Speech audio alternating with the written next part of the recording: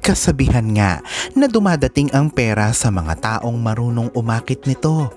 At oo, ang trabaho, negosyo, at ilan pang pamamaraan patungkol sa pera ay ang talagang makakatulong sa iyo para umakit ka ng pera. Pero sa panahong parang inaalat ka sa pera, ano nga ba ang dapat na gawin upang swertihin ka naman dito? Like, share, and subscribe kung nagustuhan mo ang video na ito. May mga bagay nga tayo na ginagawa upang umakit ng positibong enerhiya pagdating sa pananalapi. Ang ilan pa nga sa mga ito ay sobrang tanda na at paulit-ulit na nasasanin sa iba't ibang henerasyon. Paano nga ba umakit ng pera sa iyong wallet? Yung tipong hindi na ito nauubusan ng laman. Ang sagot dyan ay simple lamang. Alamin sa video na ito ang mga bagay na dapat at hindi dapat ilagay at magtagal sa iyong wallet. Ang wallet ay siyang gamit na pangunahin, lalo na ng mga tao sa adult stage. Dito inilalagay ang mga bagay na bunga ng ating pagsisipag at pagsusumikap. Dito rin nakalagay ang halaga ng ating mga kakayanan at talento na mayroon tayo. Sa katapusan ng araw, dito naiipon ang mga bagay na ating pinaghihirapan upang tayo din ay mabuhay pagdating sa mga material na bagay. Sa madaling salita, ang wallet ay dapat na ginagamit na may halong pagrespeto.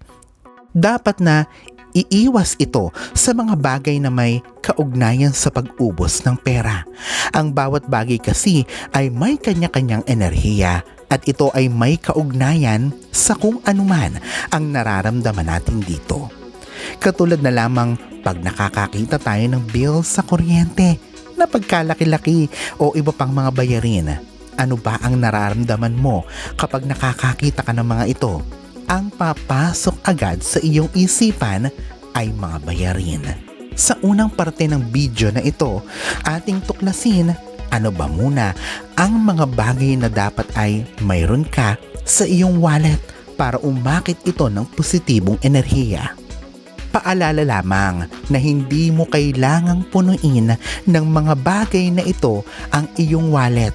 Pumili lamang ng isa hanggang 2 bagay na malapit sa iyong puso.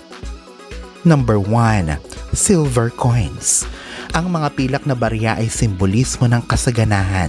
Kasama ng ginto ang pilak ay nagsilbi ng malaki sa sangkatauhan sa loob ng libo-libong taon.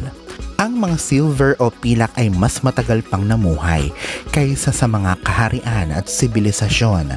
Ang pangalawang rason kaya dapat ito ay nasa iyong wallet ay ang pilak ay representasyon ng elemento ng metal sa feng shui na kumakatawan din sa kalinawan, kawastuhan at pagiging bago.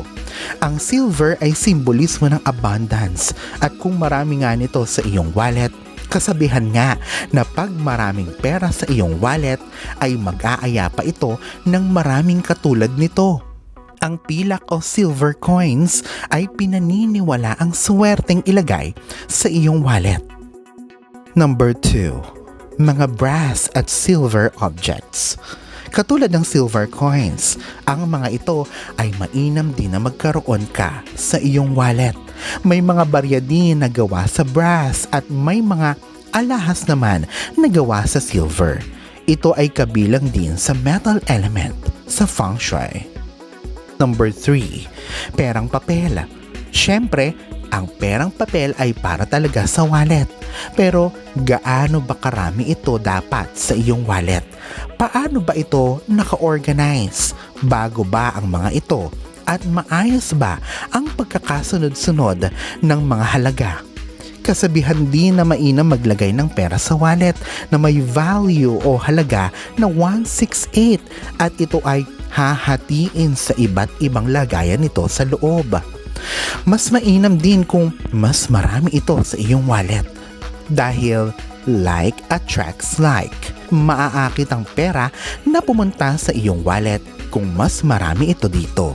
Kaya naman lalo pa itong dumadami. Number 4. Stones.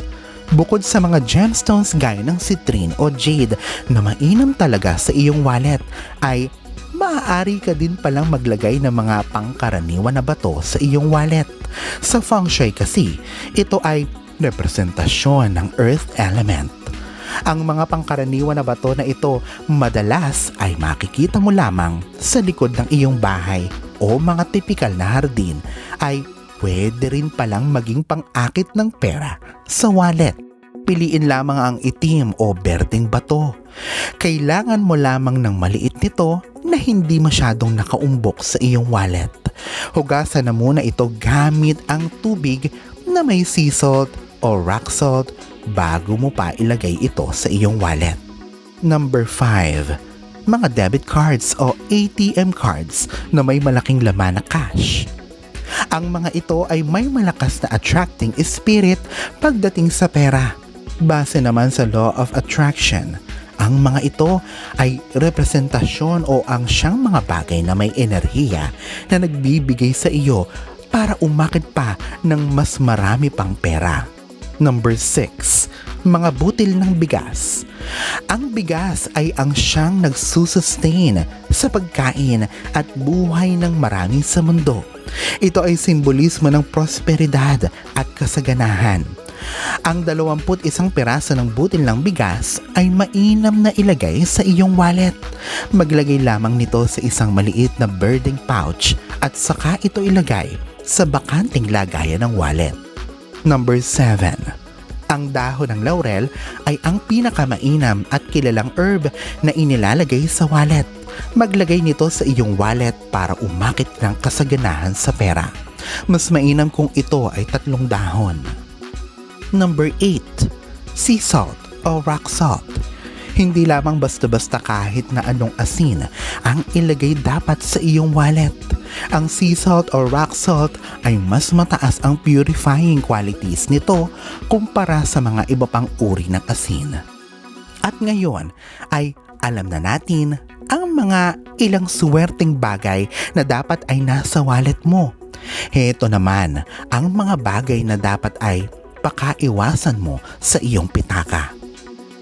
Number 1. Lumang wallet. Ang taglay na enerhiya ng lumang wallet ay hindi na maganda dahil sa ito ay luma na. Mas mainam na ito ay bago para ito ay umakit ng positibong enerhiya. Ang wallet naman na segunda mano ay dapat na iwasan din kahit na ito pa ay mukhang bago. Hindi mo kasi alam ang enerhiya na taglay nito na maaaring maipasa nito sa iyo at sa iyong pera. Number 2. Wallet na walang laman. Ang wallet na walang laman ay nagtataboy ng swerte sa pera. Mas mainam na kahit sa mga panahong kinakapos ka ay hindi dapat ito nawawala ng lamang pera. Kahit ang halaga ay maliit. Number 3. Mga resibo ng bayarin. Hindi rin magandang maglagay nito sa iyong wallet dahil parang tinataboy mo ang pera sa iyong wallet dahil sa iyong mga bayarin. Number 4. Mga cards na expired na. Ang mga bagay na wala ng function o gamit sa feng shui ay dapat nang alisin sa bahay.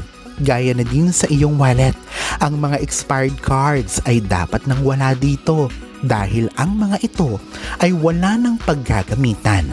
Bukod pa sa mga ito, narito pa ang ilan sa mga bagay na dapat ay wala sa wallet mo.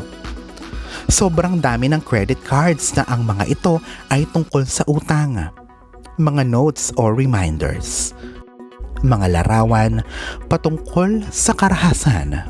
Balat ng candy at mga katulad pa nito. Mga gamot, mga matutulis na bagay, mga perang na demonetize na o wala na sa sirkulasyon. Sa madaling salita, ingatan, pahalagahan at igalang ang iyong wallet. Lagyan lamang ito ng mga bagay na may kinalaman sa kasaganahan at hindi sa pagkaubos ng pera. Alalahanin na wala pa ring makakapantay sa kasipagan, kabutihan sa kapwa at pananalig at pagkapit sa Diyos na makapangyarihan. Ang mga bagay na ito ay pawang mga gabay lamang. This is Fidel Rosario. Thank you for watching.